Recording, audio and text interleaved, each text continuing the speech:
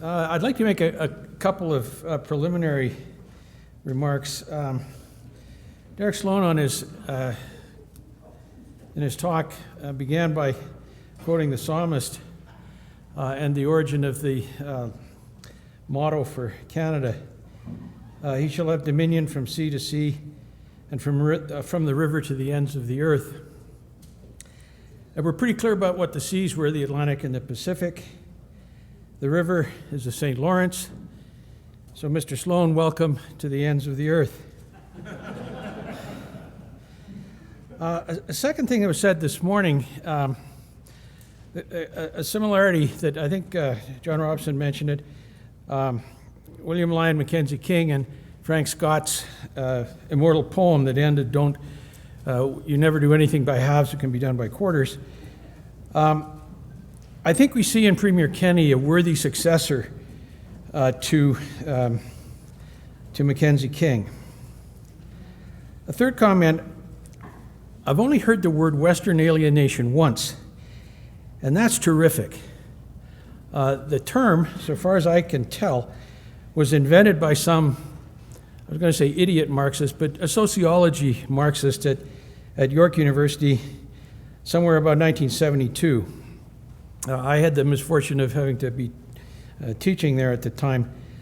It was Marxist nonsense then, and it still is. And the fourth thing is, John Robson woke us up this morning with Aristotle. And I'd like to do the same. I teach political philosophy at the U of C.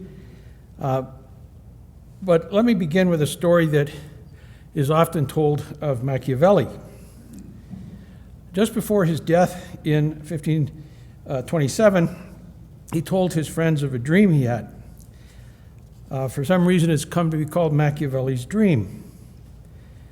In it, he saw a band of ragged, miserable men and asked them who they were. "We are the saintly and the blessed," they said. "We are on our way to heaven." Then he came upon some solemn and grave men, well attired, and discussing matters of political and philosophical importance. Some of them he recognized and asked who they were. "We are the damned of hell," they replied. Machiavelli then told his friends that he would be far happier in hell, where he could discuss politics with the great political actors and thinkers than languish in boredom among the blessed and saintly. Now, Machiavelli was clearly poking fun at a very corrupt church, even by 16th century pre-Reformation Italian standards. And his audience would have been reminded of another dream. They would have been properly educated in the classics of antiquity. And this was called Scipio's dream. Scipio was a Roman general, a victorious general. He tells his nephew that all who have persevered, have preserved, have helped, or enlarged their fatherland have a special place prepared for them by the gods where they enjoy eternal happiness. Now, Machiavelli's dream was meant to reiterate the message of Scipio's dream. I think we should take it to heart in light of the report of the Fair Deal panel. This is not blasphemy. I don't think Machiavelli was blaspheming either, although perhaps it will be for the authors of that report. Their message is clear: do nothing, and you will remain in Canada saintly and blessed, but also ragged and miserable.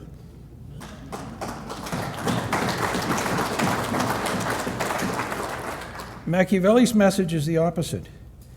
Risk being called damned by the saintly Canadians. Risk being condemned by their version of hell. But as Machiavelli and Scipio both indicated, such risks bring happiness, public happiness, not damnation. A close reading of the report, shall we call it Jason's dream, indicates the same thing, which is to say the authors were perfectly well aware that they produced a misleading, mendacious piece of misdirection. And the interesting question is why? So let's try and find an answer by considering what the report mentions, quote, first and foremost, equalization reform. My good friend Rainer Knopf, who, like Ted Morton and Tom Flanagan, and a few others, is a member of the notorious Calgary School. And Rainer provided a detailed analysis of what he called Jason Kenney's gambit. And a gambit, you may recall from playing chess, usually involves the sacrifice of a pawn for a perceived advantage. There's certainly a sacrifice in Kenney's position, but I'm not sure about the advantage down the road. In any event, this is what Rainer argues. The threat to remove equalization from the Constitution is designed to put pressure on Ottawa and the have-not provinces who obstruct the transportation of Alberta's petroleum resources to market.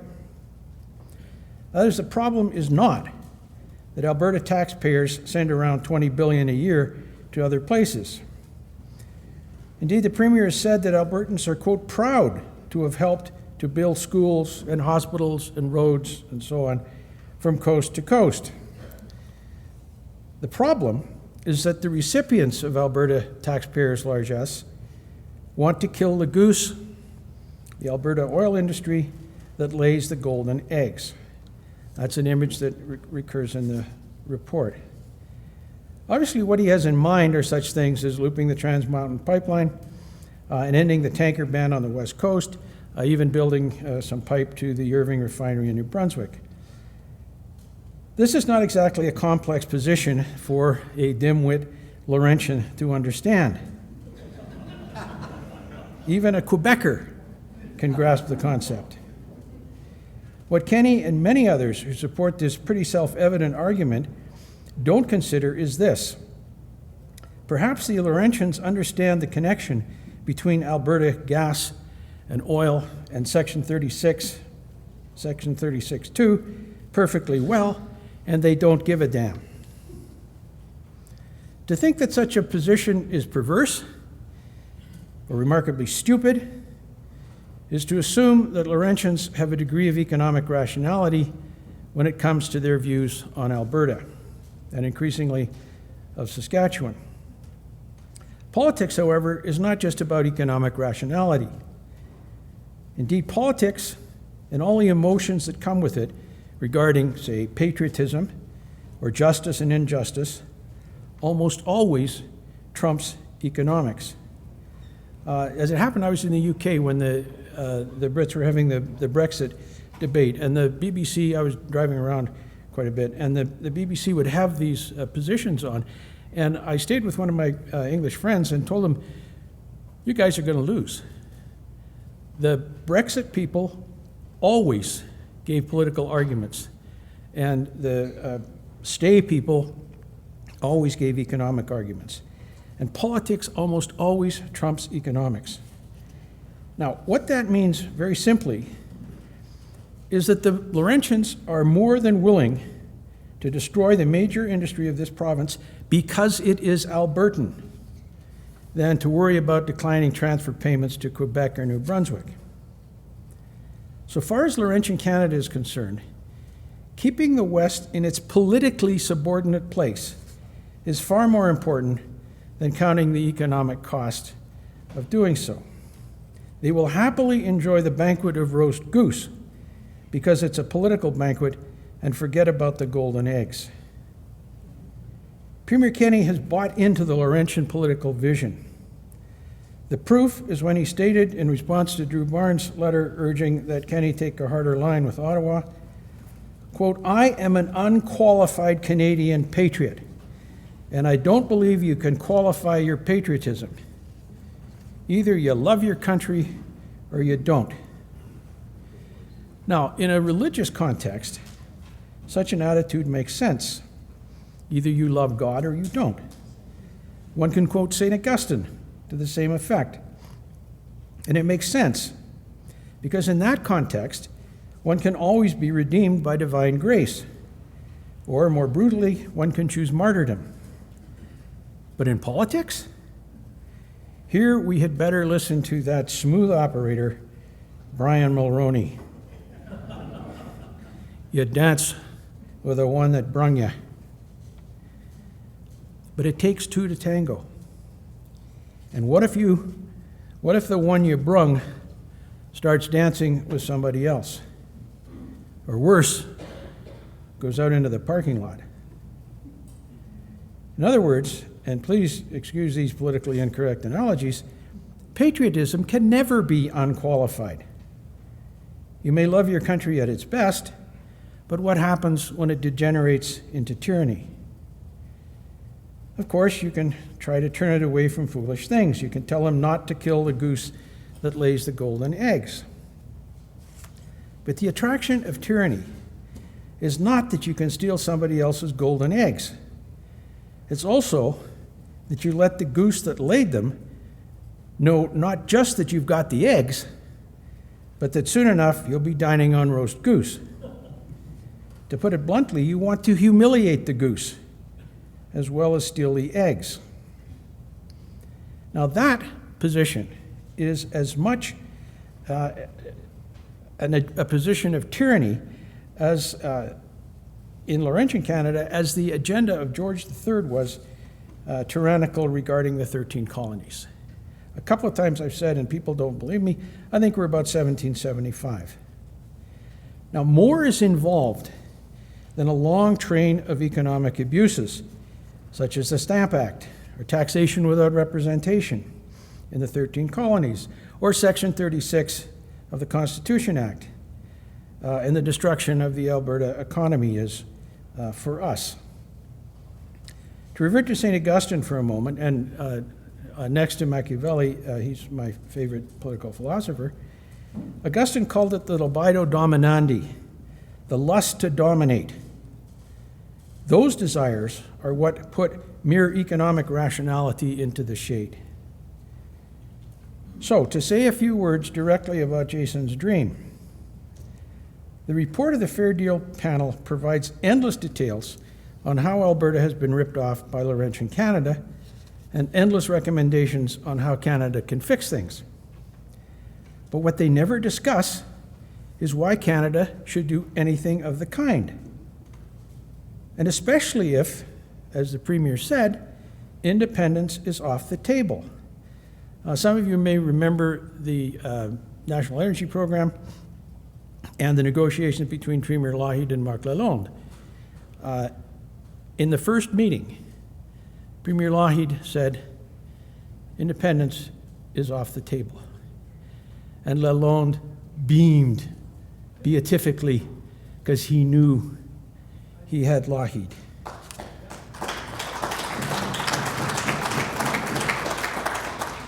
So my question to the Premier would be, if Canada is to Alberta a tyranny, even a bureaucratic tyranny, which is the worst possible kind of tyranny, because the desperate remedy of tyrannicide is unavailable. You kill one bureaucrat and they're replaced by two more.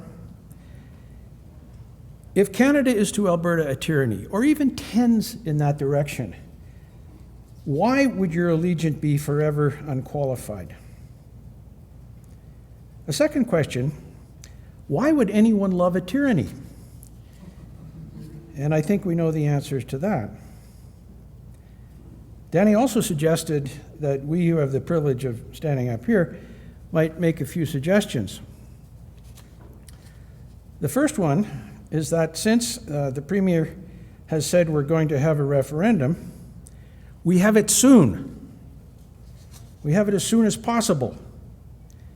We do whatever we can to say that we want it tomorrow, not a year from now. You may know that by Alberta law, we must have a referendum before the government of Alberta can initiate any effort to amend the Canadian Constitution. This is spelled out in the Constitutional Referendum Act of 2002. Once that's done, under the Federal Constitution Act of 1982, and it's confirmed in paragraph 69, kind of sound like Carpe, of the Quebec secession reference, then Alberta can exercise a right to initiate a constitutional amendment. but there's no timeline specified, other than indicating that the government of Alberta shall act as soon as practicable to take steps to implement the results of the referendum. So, I mean, if you see, it's up to them. They'll decide what's practicable.